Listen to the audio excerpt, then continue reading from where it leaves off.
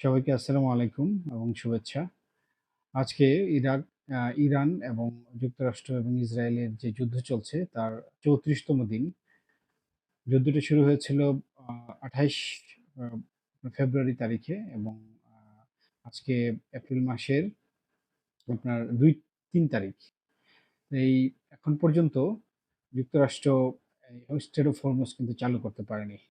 যুদ্ধ শুরুর কিছুদিন পরেই অর্থাৎ ২ তারিখে ২ মার্চ তারিখে ইরান স্টেট অফ হরমুজ বন্ধ করে দেয়। যখন খামেনি মারা যায় তখন উত্তরাধিকারী সূত্রে আপনার মোস্তফা খামেনি আপনার ইরানের সর্বোচ্চ ধর্মীয় নেতা হয় এবং তিনি তার বক্তব্যে ১ম এই বলেছেন যে, বার্গেনিং চিপ হিসেবে আমরা স্টেট অফ হরমুজ বন্ধ রাখবো যতদিন না পর্যন্ত এই যুদ্ধের সমাপ্তি ঘটে। পাশাপাশি আমাদের যে স্বার্থ বা আমাদের যে অবজেক্টিভ এটা যদি যতক্ষণ পর্যন্ত বাস্তবায়িত না হয়।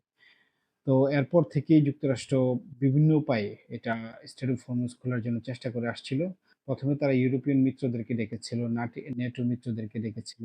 তারপরে চীনের দ্বারস্থ হয়েছিল। তো কিছুতেই কাজে আসে নাই। পরবর্তীতে তারা নিজেরা শক্তি প্রয়োগ করে এটা খোলার চেষ্টা করেছিল। তো তা এই যুদ্ধ শুরুর প্রারম্ভেই তারা যেটা করেছিল যে যুক্তরাষ্ট্রের যে বিমানবাহী রণতরী, এটা সবচেয়ে বড় বিমানবাহী রণতরী আব্রাহাম লিঙ্কনকে এখানে আ মোতায়েন করেছিল। কিন্তু ধারণা করা হচ্ছে যে ইরানের যে আক্রমণ, এই আক্রমণের শিকার হয়ে আব্রাহাম লিঙ্কন ইউএসএ তে চলে যেতে বাধ্য হয়। কিছুটা ক্ষতিগ্রস্ত হয়। তো এটা একটা ১,০০,০০০ টনের ওজনের জাহাজ। তো হয়তো কিছুটা ক্ষতিগ্রস্ত হয়েছে। এটা বিশ্লেষকরা বলছে বাট অকাট্য প্রমাণ নাই। তো ধারণা করা হয়েছিল যে এটা আক্রমণের শিকার হয়েছে এবং এটা চলে যেতে বাধ্য হয়। পরবর্তীতে আ হ্যারল্ড ফোর্ড নামে আরেকটা জাহাজ আছে। আ সেইখানে এটাতে আগুন লাগে, এটা চলে যায়। তো আমেরিকার নৌশক্তি কিছুটা দুর্বল হয়ে পড়ে। এখানে উপস্থিতিটা কোনো কাজে আসছিল না। কারণ ইরানের মিসাইলের যে পাল্লা এটা কয়েক হাজার কিলোমিটার। তো এটা সহজেই ওই জাহাজগুলোকে রিচ করতে পারে। কিন্তু হয়তো সবসময় আক্রমণ করলেও এটা আপনার জাহাজে হিট করতে পারে না। কারণ এই জাহাজটাকে ৬-৭ টা ডেস্ট্রয়ার এবং ফ্রিগেট দিয়ে ঘেরাও করা থাকে এবং এখানে প্রতিরক্ষা আপনার অ্যান্টি ব্যালিস্টিক মানে কি বলবো যে আকাশ প্রতিরক্ষা ব্যবস্থা মোতায়েন করা থাকে। এইজন্য সবসময় আক্রমণ করলেও যে জাহাজে গিয়ে পড়বে এমনটা হয় না। তো যাই হোক ইউএস এর যত প্ল্যান ছিল যে জোরপূর্বক স্ট্রেইট অফ হরমুজকে চালু করা, এটা সে এই ক্যালকুলেশনটা সে কোনোভাবে মিলাইতে পারছিল না। কেননা যদি স্ট্রেইট অফ হরমুজ চালু করতে যায় তাহলে কি করতে হবে? এখানে এই স্ট্রেইট অফ হরমুজের পাশ দিয়ে মানে স্ট্রেইট অফ হরমুজ পার হইতে হবে এই যুদ্ধ জাহাজগুলোকে। তো এখানে কোনোভাবেই পার হওয়া তাদের পক্ষে সম্ভবপর ছিল না। এজন্য তারা যেটা করেছে যে তারা ইউরোপিয়ান মিত্রদেরকে ডেকেছিল। বিশেষ করে ফ্রান্স এবং ব্রিটেন। তো তারা দুজনেই নাকচ করে দেয় এবং বলেছিল যে এটা ডিপ্লোম্যাটিক প্রসেস এ এটা হবে। কারণ আ তারা বলেছিল যে আমাদের যুদ্ধ না এটা এবং আমরা এটাকে আমাদের লোকদেরকে বিপদে ফেলতে চাই না এই যুদ্ধ জড়িয়ে। তাছাড়া তারা স্পষ্ট বুঝতে পেরেছিল যে এখান থেকে যাওয়া মানে নিশ্চিতভাবেই তাদের জাহাজ ক্ষতিগ্রস্ত হবে। তো এখন বর্তমান ওয়ারফেয়ারে এই যে এই যুদ্ধ জাহাজ অনেকটা অকার্যকর হয়ে পড়ছে। এটা যদি আমরা পিছন ফিরে তাকাই তাহলে আমরা দেখব যে ২০০০ আ ২২ সালের দিকে রাশিয়া-ইউক্রেন যুদ্ধ যখন শুরু হয় তখন রাশিয়া তাদের যে সবচেয়ে ভালো আ এবং তাদের যে গর্বের জাহাজ মোস্কোভা মোতায়েন করেছিল আপনার প্রায় ৩০০ কিলোমিটার দূরে ইউক্রেন থেকে। পরবর্তীতে যেটা হয় কিছুদিনের মধ্যেই তাদের নিজস্ব প্রযুক্তিতে তৈরি বা অর্থাৎ ইন্ডিজিনিয়াস বা আমরা যেটা বলি হোমগ্রোন আ আপনার একটা মিসাইল নেপচুন এটা দিয়ে আঘাত করে এবং যুদ্ধ শুরুর কিছুদিনের মধ্যেই আপনার এই যুদ্ধ জাহাজটা ডুবিয়ে দেয়। পরবর্তীতে রাশিয়া মারাত্মকভাবে লজ্জিত হয় এবং তাদের নৌ ফ্লিট মূলত কোনো কাজে আসেনি এই যুদ্ধে। তো যাই হোক এরপরে কিন্তু এই যুদ্ধজাহাজগুলো মূলত অতীতে এগুলো ব্যাপক হারে ব্যবহৃত হয়ে আসছিল। কারণ মিসাইলের ব্যবহারটা তখন এত বেশি ছিল না। কিন্তু বর্তমানে মিসাইলের ব্যবহার ব্যাপক হারে বেড়েছে। এবং আমরা যদি রিসেন্ট পাস্ট দেখি তাহলে দেখব যে ২০১২ সালের দিকে সিরিয়াতে যখন ইউএসএ আক্রমণ করে, তারা এই যুদ্ধজাহাজ থেকে অনেকগুলো মিসাইল ছুড়েছিল, টমাহক মিসাইল।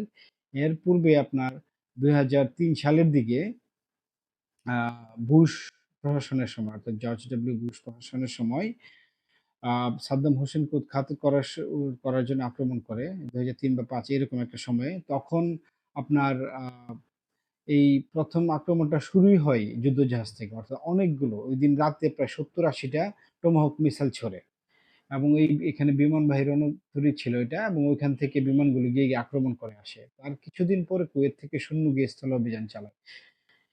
এর আগে আ আরো ব্যাপক হারে ব্যবহৃত হয়েছে ভিয়েতনাম যুদ্ধে। তখন ইয়াংকিন স্টেশনে আপনার এই ধরনের জাহাজ মোতায়েন করা ছিল ১৯৬৪-৭৩ সালের দিকে। এইখান থেকে প্রায় জাস্ট ভিয়েতনামের যে উপকূল তার ৯০ কিলোমিটার দূরে এই ইয়াংকিন স্টেশন। ওইখানে প্রচুর যুদ্ধজাহাজ মোতায়েন করা ছিল এবং ওখান থেকে গিয়ে বিমান আক্রমণ করা হতো। তো বর্তমানে এই পরিস্থিতি এখন আর নাই। বর্তমান পরিস্থিতিতে ২,০০০, ২,৫০০ কিলোমিটার দূরে যুদ্ধজাহাজ রেখেও শান্তিতে আপনার এই থাকা যায় না। আর যুদ্ধজাহাজগুলো সারাক্ষণ মুভিং এর উপর থাকে। কারণ কখন রাডারে ধরা পড়ে এবং ক্ষেপণাস্ত্র এসে পড়ে। তো এই এইজন্য ইউএসএ আ সবগুলো জাহাজ এখন আপনার উপকূলেই নাই। ইরানের ২,০০০ কিলোমিটার এরিয়ার মধ্যেই নাই। কারণ ইরানের যে মিসাইলের পাল্লা এর বাইরে তারা অবস্থান করছে। তো সুতরাং এখান থেকে বিমান হামলা করাটাও ডিফিকাল্ট হয়ে গেছে। কারণ বিমানগুলোকে এসে আক্রমণ করে আবার ফেরত যেতে হয় এই পরিমাণ তেল বিমানে থাকে না। তো রিফুয়েলিং বিমানের উপর নির্ভর করতে হয়। তো যুদ্ধজাহাজ অনেকটা অকার্যকর হয়ে পড়ছে। তবে এখান থেকে মিসাইল আক্রমণ করা যায়। তো এখন আসি যে আমেরিকা যে প্ল্যান করেছে যে আপনার এটা ওপেন করবে, এই কোনো ওপেনের কোনো পরিকল্পনাই কোনো কাজে আসে নাই। কারণ ইরান ১৯৯০ সালের থেকে এখানে বিভিন্ন আপনার হরমুজ প্রণালীর যে ২ টা পাড় আছে, পাড়ের মধ্যে বাংকার স্থাপন করে এবং ক্ষেপণাস্ত্র মোতায়েন করে রাখে।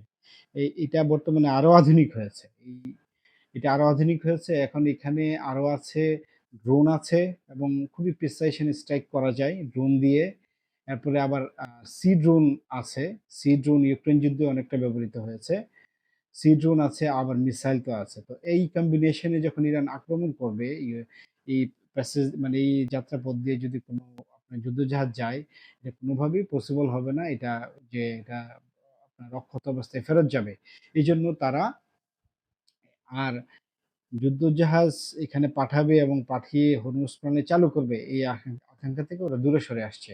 তো সর্বশেষ আপনার এটা ৩১ তারিখে আ ইউএসএর আপনার যে আ ইউএসএর প্রেসিডেন্ট এবং প্রেসিডেন্টের যে মুখপাত্র এখান থেকে জানা যায় পাশাপাশি মার্ক রুবিও বলেছে যে, "আমরা যুদ্ধটা শেষ করতে চাই ২-৩ সপ্তাহের মধ্যেই।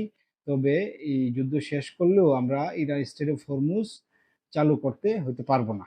চালু করতে পারব না।" এছাড়া আ মার্ক রুবিও আরো বলেছে যে এটা যাদের দরকার তারা চালু করুক।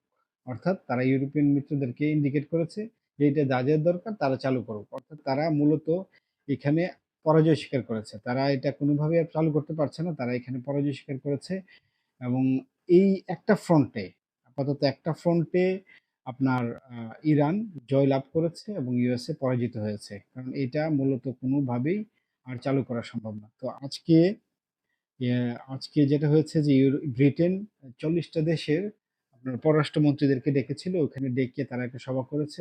তারা বলেছে যে এখানে ডিপ্লোম্যাটিক প্রসেস এ এটা আগাবে। এটা চালু করার জন্য আ স্টুডিও ফরম্যাট চালু করার জন্য। এছাড়া আপনার আ ফ্রান্স বলেছে যে তারা ডিপ্লোম্যাটিক প্রসেস এ এটা নিয়ে চালু করতে চায়। জার্মানি সেম কথা বলেছে যে তারা এটা আপনার কূটনৈতিক উপায়ে এটা চালু করতে চায়। অর্থাৎ মূলত এটা কেউই যুদ্ধে জড়াতে চায় না স্টেট অফ হরমুজ নিয়ে। কারণ এখানে স্পষ্ট যে ইরান যে আসুক তাকেই আক্রমণের নিশানা করবে এবং নিশ্চিতভাবেই এখানে ক্ষতির শিকার হবে এবং এইজন্য আমেরিকা পিছু হটেছে এবং কোনো শক্তি তার পাশে আসে নাই। তো এই একটা ফ্রন্ট যেখানে আমেরিকা আ এই যুদ্ধের মধ্যে পরাজিত হয়েছে এবং পরাজয় স্বীকার করেছে। তো ধন্যবাদ সবাইকে আমার সাথে থাকার জন্য। আমার চ্যানেলটা সাবস্ক্রাইব করার জন্য আপনাদেরকে অনুরোধ করছি। ধন্যবাদ। আসসালামু আলাইকুম।